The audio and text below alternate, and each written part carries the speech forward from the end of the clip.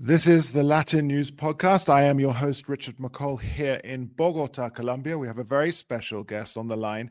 She's in Europe. She's also the most popular, interviewee on the Latin News Podcast in our history, our short history. It's Marla Dukharan. She's a Caribbean economist. I just want to say before we plunge into this, because it's been 1 year since we last spoke, and we're going to be speaking about Jamaica. Previously, we spoke about Jamaica, and on YouTube, we've had 49,000 views and 334 comments. So, Marla, you are the superstar, and thank you for coming back on the Latin News Podcast. Richard, it's a joy to be here. Thank you for having me. I love how you pronounce my name. Exceptional, exceptional. And I guess this makes us YouTubers. I don't know, but it's a joy, and I'm happy to hear that so many of your audience members found the last podcast useful. Let's hope they find this one equally or even more useful. Yeah, we're going to pass 50,000 on this one, and sooner than a year. I certainly hope so. We're talking Jamaica, and Marla, it would be remiss of me not to mention the absolute tragedy that's just over 2 weeks ago that took place in Jamaica. Hurricane Melissa, Category 5 hurricane that actually totally strafed the country, obviously, and hit Haiti and Cuba, but not to the same extent. We are due to discuss the economy. It was a total success story, I think we could say. But of course, now in the wake of Hurricane Melissa, we will have to retake and relook at this situation. So perhaps you could give us a little bit of a breakdown of kind of what happened and what you expect as the outcome.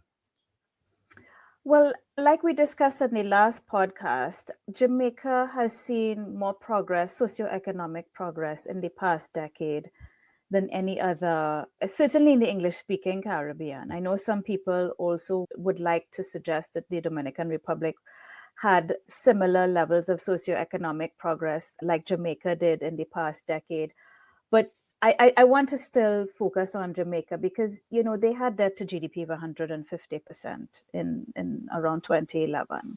And they were defaulting after default after default. It was serial. They just couldn't get their fiscal picture in a healthy place. And basically, the private sector came forward and said, we will support you. However, you need to go to the IMF and you need to get your shop in order. And they did. And so the gains that Jamaica has made over the past 12 years have been hard won. The adjustments that country has made, the adjustments that the people of Jamaica have made were phenomenal. The politicians, the policymakers, everybody. I did an interview with the chairman of the Economic Program Oversight Committee, the EPOC.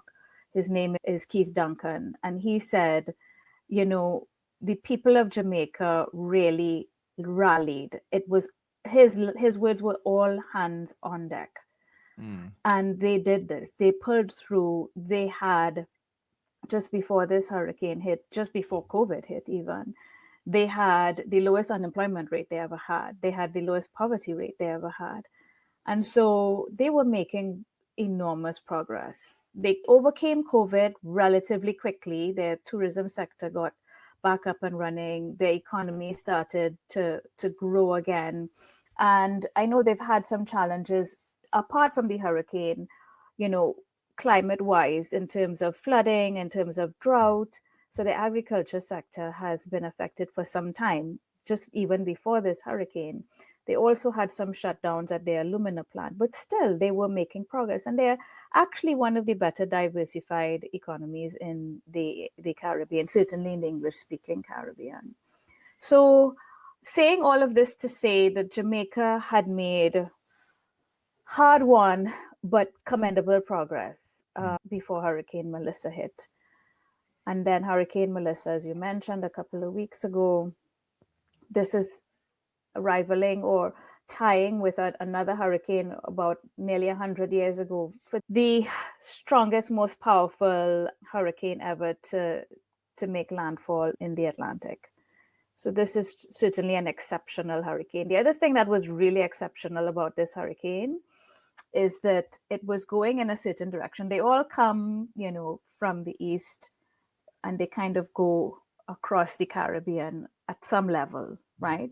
And it was going this way. The Cayman Islands were right here. Jamaica is like up here.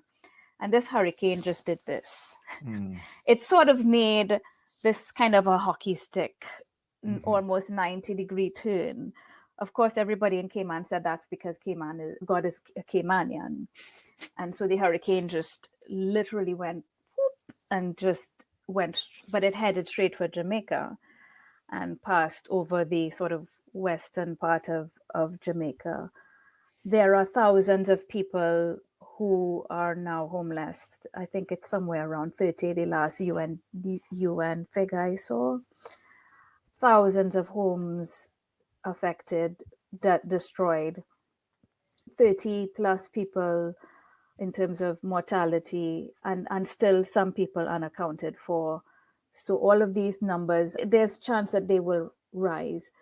And so it is really heartbreaking to see. It's heartbreaking for any country, but I feel particularly distraught about this one because this is the country where they did everything right in the sense of their socioeconomic policy reform and their socioeconomic stability, that even their homicide rate, which they were very well known for, was coming down the last year or two. And so they were making really good progress. And then something like this happens and it makes you feel like you have to then, how do you start all over again? And that's the really troubling, heartbreaking, unfair. It's unfair for everybody. I mean, the Cubans were affected, Haitians were affected, people in Bahamas, Bermuda to a lesser extent. So people all over were affected. But I think Jamaica, it's safe to say, was the hardest hit. I mean, it's an absolute tragedy when we look at, let's say in 2016, and JLP comes to power, and the debt to GDP was somewhere between 120%, and now it's around 60%, and we could point to the success due to all of these social incentives and economic incentives. Now tempering everything with Hurricane Melissa and the outcomes of this, do we have a real GDP growth prediction, or is it too soon to make some sort of prediction? Well, generally, Richard, you would expect this year that the GDP number will be very weak, if not negative. But next year, based on the expectation of the inflows of recovery funds and recovery activity, you would find after a natural disaster, once that kind of recovery activity begins, the GDP number goes up. But I want to say to you that the GDP number is really not relevant. It is the least important socioeconomic statistic that we could be looking at for Jamaica. I think things like homelessness, unemployment, poverty rate, even hunger, malnutrition, because this storm tore through not just Montego Bay. Everybody knows Montego Bay, and it's very touristy, and it's really top notch in terms of world-class tourism product. But also this hurricane again tore through their agriculture, their breadbasket, and this is following on the heels of Hurricane Beryl, and so just when they were starting to recover in terms of their agriculture. So you're going to have serious social implications. So I want to say to you, I understand the preference to look at GDP per capita or GDP growth rate, but I want to say to your audience that the social indicators are the ones that are the more meaningful ones at a time like this. Yeah, we know, and you mentioned it a few times, that obviously the key industries, we know tourism and agriculture, and you say it was just pulling itself out of this before the hurricane came through. Do we have any idea of how long it might take to rebuild an industry of this nature, agriculture? Yeah, I think, Beryl, then Melissa, I think it's it's going to take some time, but I think that they're already making, efforts and strides to get things back up and running. In terms of tourism, I know that there's two airports. There's Kingston Airport to the southeast, and then there's Montego Bay Airport to the northwest. And my understanding is Montego Bay Airport is open to receive sort of humanitarian and aid shipments. My understanding is that some of the airlines are looking at, instead of taking tourists, honoring the tickets and taking them to Kingston instead of Montego Bay, because there are other parts of the island where the tourism product is relatively unaffected. Okay. Apart from the fact that you had maybe, I think the last I saw was 60% of electricity was restored. So you still have 30-40% of the island that at this moment doesn't have their electricity back up and running. But there are parts of the island that people can still go on holiday, except that a lot of people who are going now are going not on vacation, but going to contribute to the reconstruction effort, even if it's just to help cook food and help distribute, supplies and so on. But there is a lot of accommodation that is unaffected. So you have Montego Bay that's affected, but other parts of the Ocho Rios, for example, I saw the Minister of Environment, I think, and Tourism, put something on social media about the Ocho Rios cruise terminal having just received a cruise ship. So there are other parts of the island, fortunately, that are still functional from a tourism perspective. It's just that Montego Bay, that airport is predominantly tourism-oriented airport. And so until that airport is fully, I was supposed to be going to Jamaica in about, I think, what's the date now? The 18th, I think maybe 3 weeks, but we'll see. Well, yeah. I mean, it's good to know, despite everything, that there are places open, that tourism can continue and contribute, obviously, and these people are coming as well to pitch in. This is positive news in spite of everything. That it's like, don't cancel your trip. Airlines are honoring their tickets, so this is a good thing. And I have seen that that this seems to be the response. There's a very, I would say, the solidarity from around the world in terms of, we've still got to go. This is a big deal, Of course, people will cancel. Of course they will. But that the doors are open is a huge thing. And that will only create hope, but also income, of course, which is much required. And people can then speak and say, listen, this place is open. I mean, because if we were thinking of tourism, I have figures and so on, and the Minister for Tourism looking at 500,000 visitors from the UK by 2030. It's, I mean, that's 5 years from now. Why not? Why not? Why not? If Jamaica and international help comes in, why not? And why not reach the 8 million visitors and $10 billion that have been put down on paper? If Jamaica has been so successful up to now in recent years, it has the platform to bounce back. Do you feel so? Absolutely, without a doubt. And one of the most important things that Jamaica has done in the past, I would say 12 years, is its strength. It has significantly strengthened its institutions. The fact that they had this catastrophe bond that was able to pay out, right? Instantly, almost. The fact that they had this coverage with CCRIF, the Caribbean Climate Risk Insurance Facility, which basically insures a country. The CCRIF gave Jamaica recently its largest payout ever. Yeah. Right. And the government had a fund, a resilience fund, that, they were saving this money. However, I mean, when you add all of these up, it's less than $1 billion. And the Prime Minister recently announced in Parliament that his estimated damages between 6 and 7 billion. This is US dollars. So you have a hole to fill of about $6 billion, right? But I want to say that, yes, there is absolutely this platform. You have all of these sources of revenue that Jamaica was able to access very quickly that, 10 years ago they didn't have. And many countries don't have. So that put them at an advantage. You have a huge diaspora. Jamaica has a well-known, well-entrenched, very strong, very patriotic and loyal diaspora.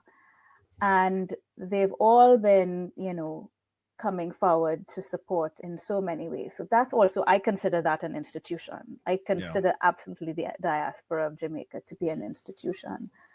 And so that platform of institutional strength, I think, is what Jamaica will be able to leverage to rebuild. The other thing is they had, I think, about six, I can double check in my latest monthly report, roughly about $6 billion in foreign exchange reserves. Let me make sure I'm not misquoting that. And so that means that the central bank has an ample supply of foreign exchange in order to, if there aren't enough inflows like from tourism, etc., or exports of agricultural produce, then they still have these reserves. Yeah, it's over six billion. It means that the government has that money that even if they don't have that inflow of US dollars that they normally rely on to pay for their imports and to defend the Jamaican dollar, they have these $6 billion in reserve. And so they have a very solid foundation.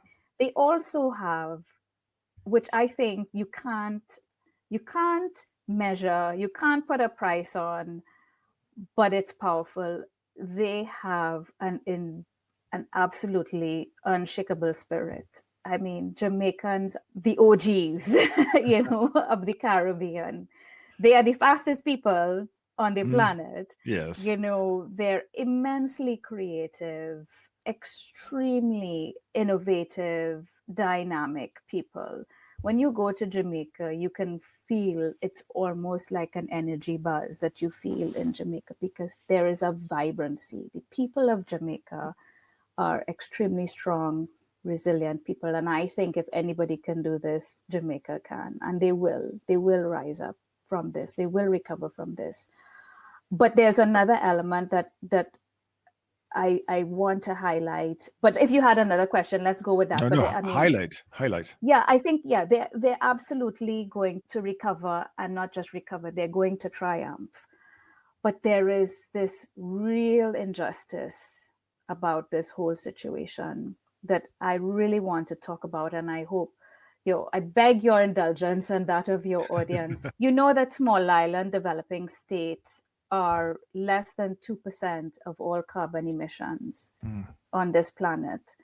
Yet small island developing states are the most climate vulnerable on this planet. And I combine the Caribbean there with the Pacific and other, Indian Ocean, for example, small island developing states. And so whilst there are people who, would argue that climate change is a natural phenomenon, it is not a man-made phenomenon. And you know what? There is evidence on both sides, right? There is evidence to suggest that this is man-made, as well as there is evidence to suggest that some of this is natural.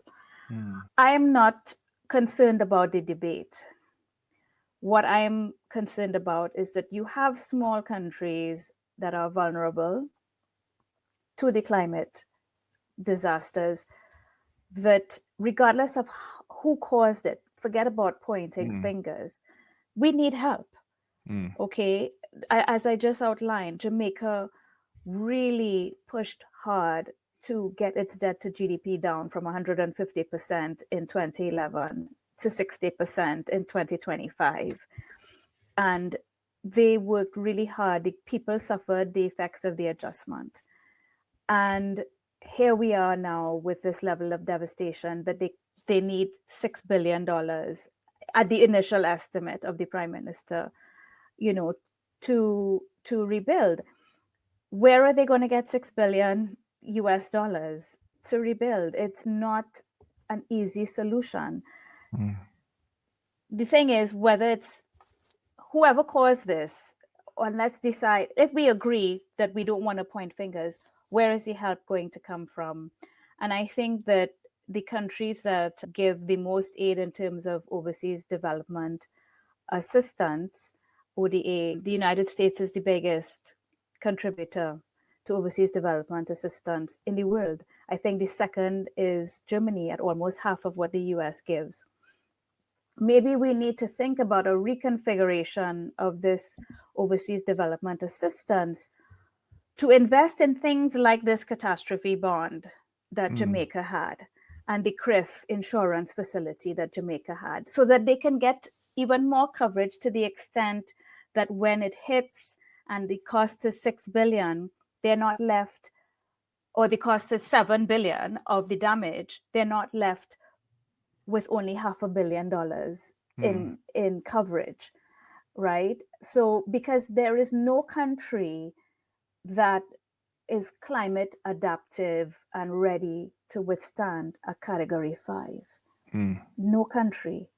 So we have to be able to find insurance mechanisms if it happens, so that we can fund the reconstruction effort. And so I want to appeal and I want to suggest, whether or not you consider the climate emergency man-made or natural, I think it's actually not that relevant. The fact of the matter is, you have rich countries that give overseas development assistance at very high levels already. And what we probably need to think about is reconfiguring where that goes, and that we need to devote more of that to, like what Jamaica had, the catastrophe bond specifically, and the CCRIF.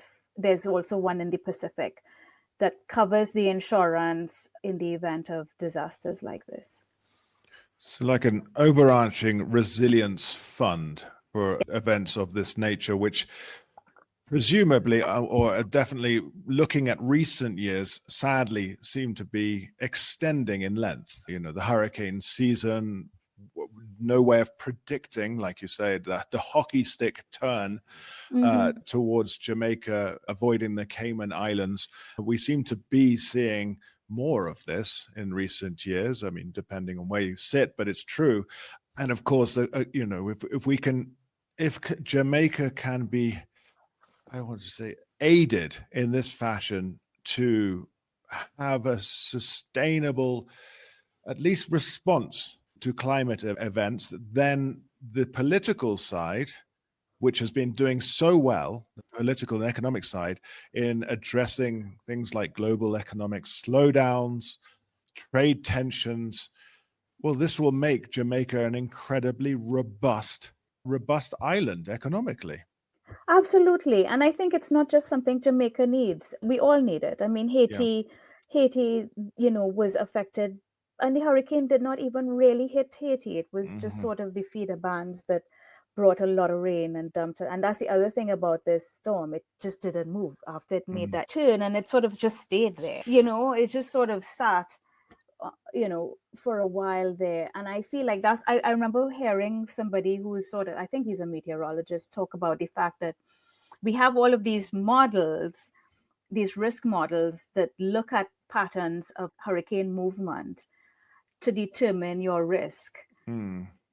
And the way that this hurricane moved basically was an outlier. And so we have more uncertainty.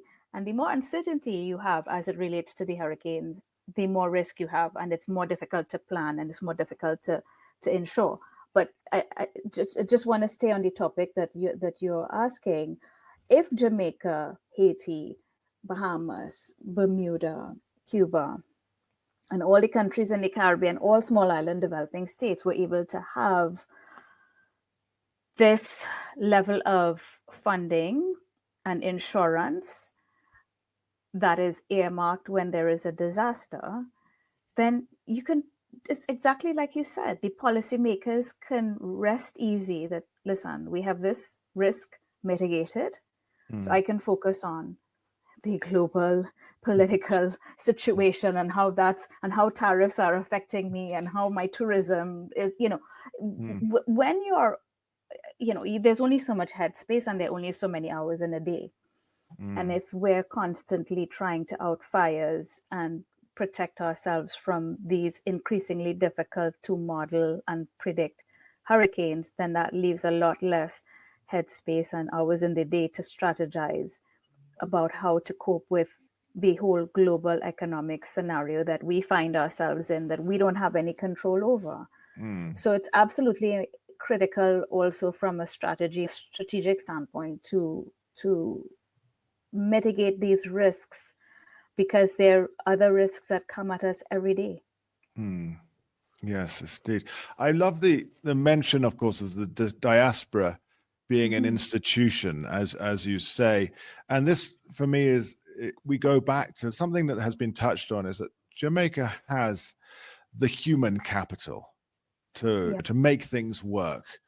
How do you feel that, well, obviously everything changes now, as you said, as we've mentioned, and the plans, but as we said, you pointed to homelessness, which obviously has gone up, unemployment instantly, the poverty rate, malnutrition. I know there's a lack of food on the island. It just, it reads like a nightmare. How do you suggest?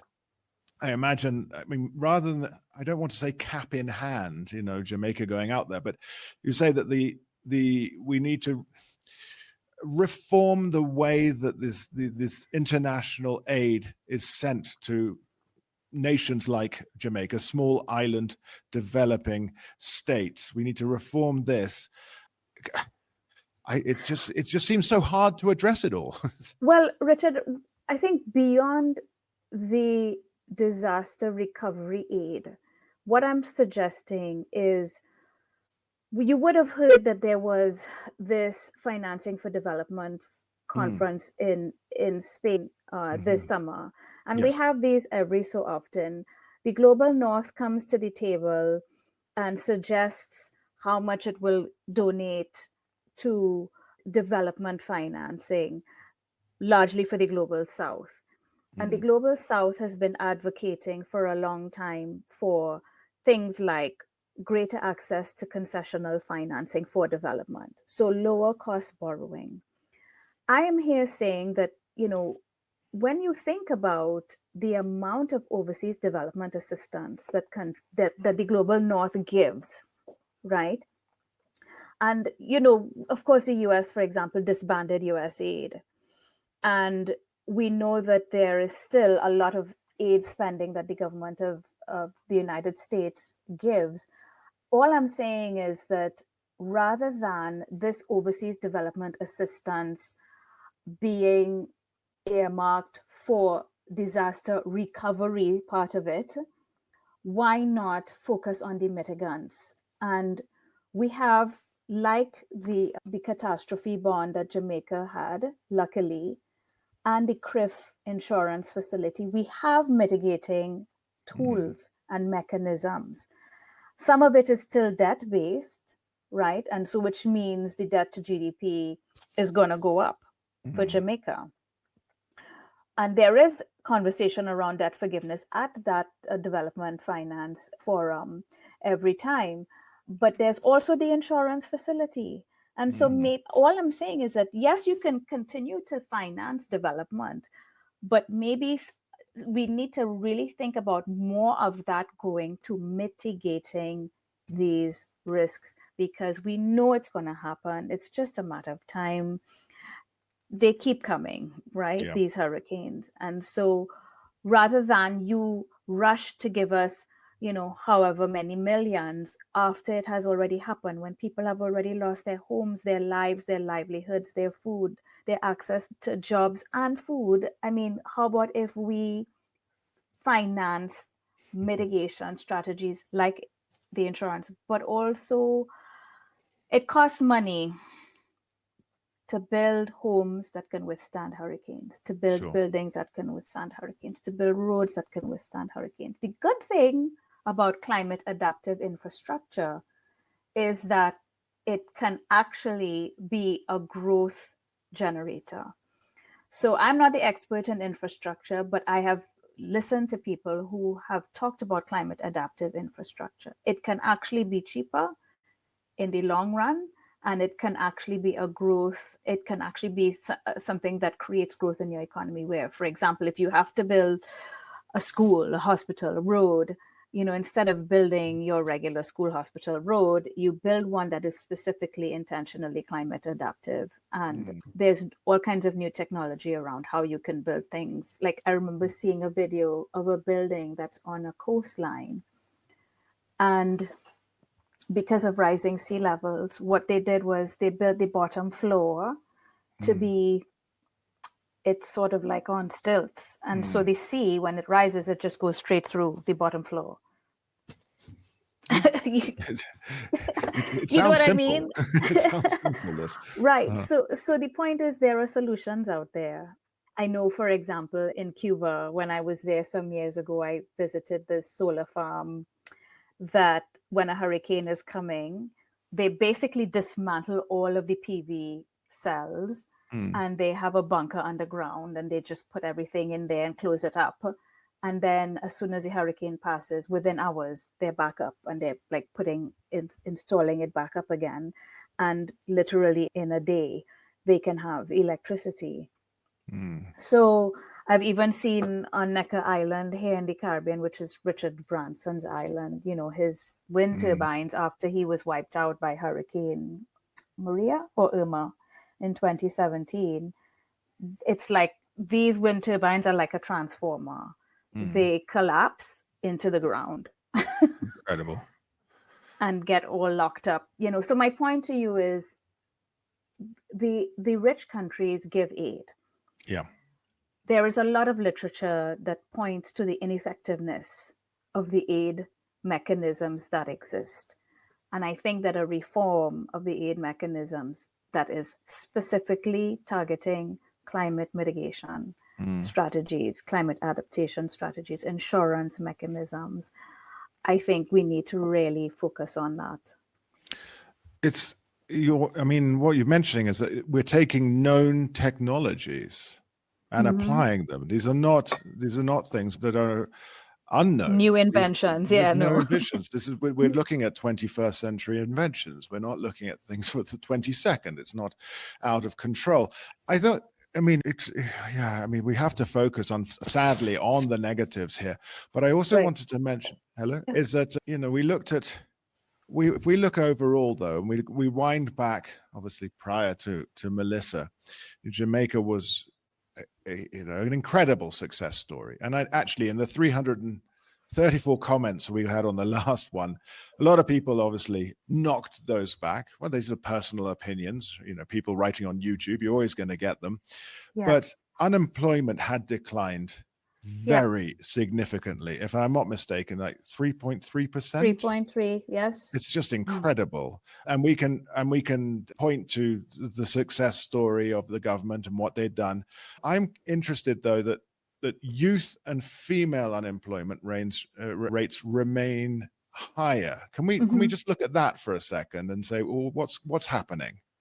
Well, so I'm on the board of a very interesting NGO based in Jamaica called CCRIF, the Caribbean Policy Research Institute.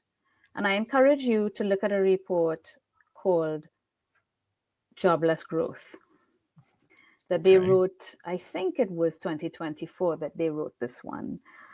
You hear growthless jobs, right? Sorry, you hear jobless growth. They had growthless jobs in Jamaica. I said that in reverse, my apologies. So what we were seeing was relatively benign levels of growth in Jamaica for quite some time, like 2% maximum on average. But we were seeing jobs being created and unemployment declining. A lot of that had to do with, of course, the organic growth of the economy, but some of that had to do with the business process or outsourcing, the BPO sector that has boomed in Jamaica in the last few years. So that sector absorbed a lot of the excess labor that we saw in Jamaica. And I think that might be probably the most powerful explanatory factor as to why we saw growthless jobs, because that sector doesn't really have that much domestic linkages to other sectors in the economy: food and beverage, agriculture, mining, tourism. And so it doesn't have that kind of multiplier effect in the economy the way, let's just say, the tourism sector could have, or the agriculture sector could have, or distribution. And so that's part of that explanation. Now, when you look at labor force participation, which is what this statistic that you're asking about really speaks to, labor force participation, apart from the Cayman Islands and Bermuda, was relatively weak in the Caribbean and got weaker after COVID. So you have some countries where labor force participation is in the 60s, meaning that 40%, 30% of the labor force is not, of working age people are not participating in the formal labor force. And that's because we have large informal sectors. So they are working, but they're just not registered as part of the labor force. Now, if you're not registered as part of the labor force, however, you don't get benefits. So there is an incentive to register as part of the labor force. But when you register as part of the labor force and you don't get a job, then you're unemployed. And so you show up in the unemployment statistic. So sometimes when you see the unemployment declining, but you're seeing like higher levels of, say, female unemployment, it could be that some females that were not in the labor force formally joined the labor force, so that they now count as unemployed, but they are able to get benefits, whereas in the past they were in the informal sector. I think that could be part of, and youth similarly. I think that could be part of the explanation. Now, I think Jamaica still has much less youth unemployment and female unemployment than it had 10 years ago when you look at the data. So they still made progress on those things. But I will say to you, Richard, there's no country in the Caribbean except Cayman and Bermuda where female labor force participation and female unemployment is lower than male. And youth unemployment is chronically high all over the world, actually. It's a global phenomenon. So Jamaica is not an outlier in that case, but I feel like the way that those statistics have moved has a lot to do with people joining the labor force, whereas they were in the informal sector previously in Jamaica. Well, that makes a lot of sense. I mean, that makes a lot of sense, and I can see why we point to that.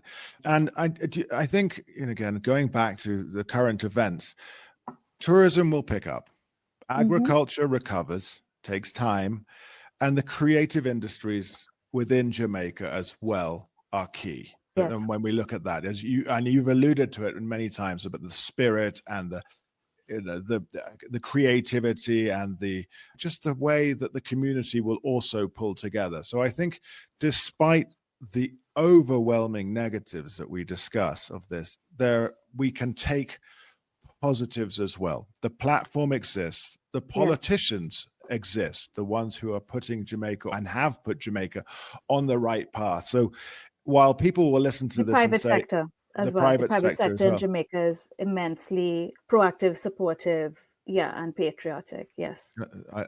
Private sector support. I think again, people will listen to this and go, "Oh, he doesn't know what he's talking about. They're being too positive in the face of such hardship." But Jamaica has the ability to return to the former prowess of 2.5 weeks ago. I think we're saying that 100%. So can we say that climate vulnerable Jamaica will recover? 100%. 100%. So I think it's time to close on that very positive note, because we could point to it and we could wring our hands a lot, but yes, the work that has been done in recent years has enabled Jamaica to be better prepared. Not fully prepared, but better prepared. For over a decade, the work that has been put in by these people for 12 years, and the kinds of hardship Jamaica has had to face, all of these gains were hard-won gains. It's like building muscle in the gym, right? So, you fall down and you get an injury, and so you're lying in bed now. That's where Jamaica is now. But that muscle is still there. Some of it will atrophy, some of it will suffer, and you will have injuries and you'll have pain. But that muscle is still there, and they're still going to be the fastest people on earth. They're still going to be the most talented people on earth. There's a concert that a lot of the artists are giving, including some Trinidadian artists in New York soon. I think it's the 12th of December. Maybe I'll go. Maybe we should meet there. But I feel like this is Jamaica, right? These people will dig deep, and they will come together, and they will rise up, and they will shine again. I believe this 100%. Well, thank you for these upbeat words again in the face of such adversity, obviously facing the island right now. It's been an absolute pleasure. I'm certain that we're going to pass 50,000 views on this episode. Jamaicans will rally around it. It's something that we need to speak of is progress, of course. So I've been speaking to Marla Dukharan, who is an economist, a Caribbean economist. It's been fascinating, and well, I would say it's an upbeat conversation about a situation in Jamaica. So thank you so much for your time and for sharing your insights. Thank you for having me again, Richard. It's been a pleasure, a joy on my part, and I appreciate the opportunity. And I look forward to chatting with you again in a year's time to say, you see, I told you so. Oh, well, no, I'll be there happily agreeing with you as well. So we need to look forward to this. A year from now, we will discuss Jamaica's remarkable recovery and growth prospects. So I've been Richard McCall here in Bogota, Colombia for Latin News, the Latin News Podcast, speaking to Marla Dukharan, who is in Europe at the moment. But of course, our thoughts and prayers are with the people of the island of Jamaica and, of course, beyond to other places affected by Hurricane Melissa. Thank you, everyone, for listening. And please remember to subscribe and tune back in every fortnight when we have further interviews with people from the region. Goodbye.